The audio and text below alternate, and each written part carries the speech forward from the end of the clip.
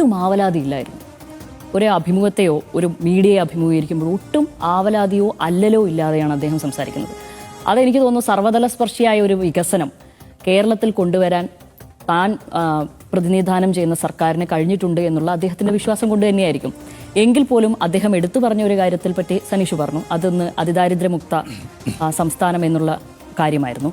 അതല്ലാതെ അദ്ദേഹം പറഞ്ഞിരിക്കുന്ന 2 കാര്യങ്ങൾ ഞാൻ നോക്കുമ്പോൾ 5000 കോടി ഇൻവെസ്റ്റ് ചെയ്തതും 6000 കോടി ഇൻവെസ്റ്റ് ചെയ്തതുമായ വിദ്യാഭ്യാസ മേഖലയും ഉന്നത വിദ്യാഭ്യാസ മേഖലയും കുറിച്ചാണെന്നാണ് ഞാൻ മനസ്സിലാക്കുന്നത്. അതിൽ എനിക്ക് തോന്നുന്നു ഈ തിരഞ്ഞെടുപ്പിൽ ഏറ്റവും പ്രധാനപ്പെട്ട ഒരു വോട്ട് വിഭാഗമായി വരുന്നത് ഇവിടുത്തെ വിദ്യാർത്ഥി സമൂഹമായിരിക്കും, 18 വയസ്സ് കഴിഞ്ഞവർക്ക്. അത് ഈ 10 വർഷത്തിനിടയിൽ അവരന്ന് വോട്ട് ചെയ്യാത്തവരാണ്.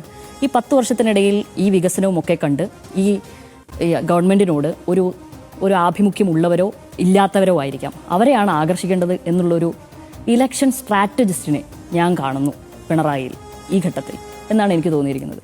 അപ്പോൾ ആ സമൂഹത്തെ ഏറ്റവും അധികം ആകർഷിക്കുന്നത് വിദ്യാഭ്യാസ രംഗമല്ലാതെ മറ്റെന്താണ്? ഉന്നത വിദ്യാഭ്യാസ രംഗം, അതുമായി ബന്ധപ്പെട്ടുള്ള അവിടെ നടത്തിയിരിക്കുന്ന വികസന പ്രവർത്തനങ്ങൾ, അതുവഴി ഒരു പൗരന് ലഭിക്കാവുന്ന ആനുകൂല്യങ്ങൾ, ഈ കാര്യത്തെപ്പറ്റിയാണ് അദ്ദേഹം കൃത്യമായും പറയുന്നത്. ഈ 3 കാര്യങ്ങളാണ് ഇത്രയധികം ഞാൻ പറഞ്ഞില്ലേ സർവ്വതല സ്പർശിയായ വികസനങ്ങൾ ഉണ്ടായിട്ട് പോലും അദ്ദേഹം എടുത്തു പറയുന്ന 3 കാര്യങ്ങൾ ഇതായിരുന്നു. അതിൽ 2 കാര്യത്തെപ്പറ്റിയാണ് ഞാൻ പറഞ്ഞത്, വിദ്യാഭ്യാസ മേഖല. അപ്പോൾ ഒരു ഇലക്ഷൻ സ്ട്രാറ്റജിസ്റ്റ് പരമ്പരാഗത വോട്ടുകൾക്കപ്പുറം നമ്മൾ ലക്ഷ്യം വെക്കുന്നത് ഇതുകൂടിയാണ് എന്നുള്ള ഒരു വിഷൻ അവിടെ ഉണ്ടായിരുന്നതായി എനിക്ക് തോന്നുന്നു.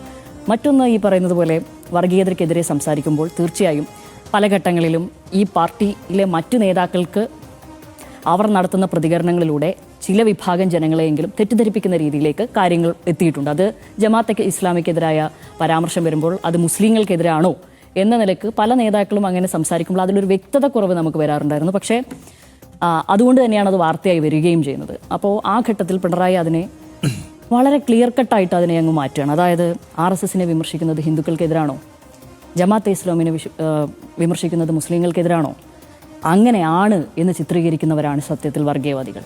അവർക്കെതിരെയാണ് ഞങ്ങൾ പോരാടുന്നത്, അവർക്കെതിരെ എല്ലാ കാലത്തും പോരാടിയിട്ടേ ഉള്ളൂ. ഇത്ര ഷാർപ്പായി നിൽക്കുമ്പം ഈ കുട്ടികൾ, അതായത് ഇത് ശ്രദ്ധിക്കുന്ന ഈ യുവസമൂഹം അടക്കമുള്ള കുട്ടികൾ വിചാരിക്കും ഇറ്റ് മേക്സ് സെൻസ്, ഇതിലൊരു കാര്യമുണ്ടല്ലോ എന്ന് നമ്മൾ വിചാരിക്കും. അത്രയധികം അടുക്കും ചിട്ടയോടെയും അലമ്പില്ലാതെ അല്ലലില്ലാതെ ചില കാര്യങ്ങൾ പറയുവാൻ ഈ ഘട്ടത്തിൽ, ഇത്ര സന്നിഗ്ധമായ ഒരു ഘട്ടത്തിൽ പറയുവാൻ കഴിയുക എന്നുള്ളത് പിണറായി അല്ലാതെ മറ്റാര് എന്ന് അവരുടെ പാർട്ടിക്കാർ തന്നെ വിചാരിക്കുന്നുണ്ടാവുമെന്നാണ് എനിക്ക് തോന്നുന്നത്.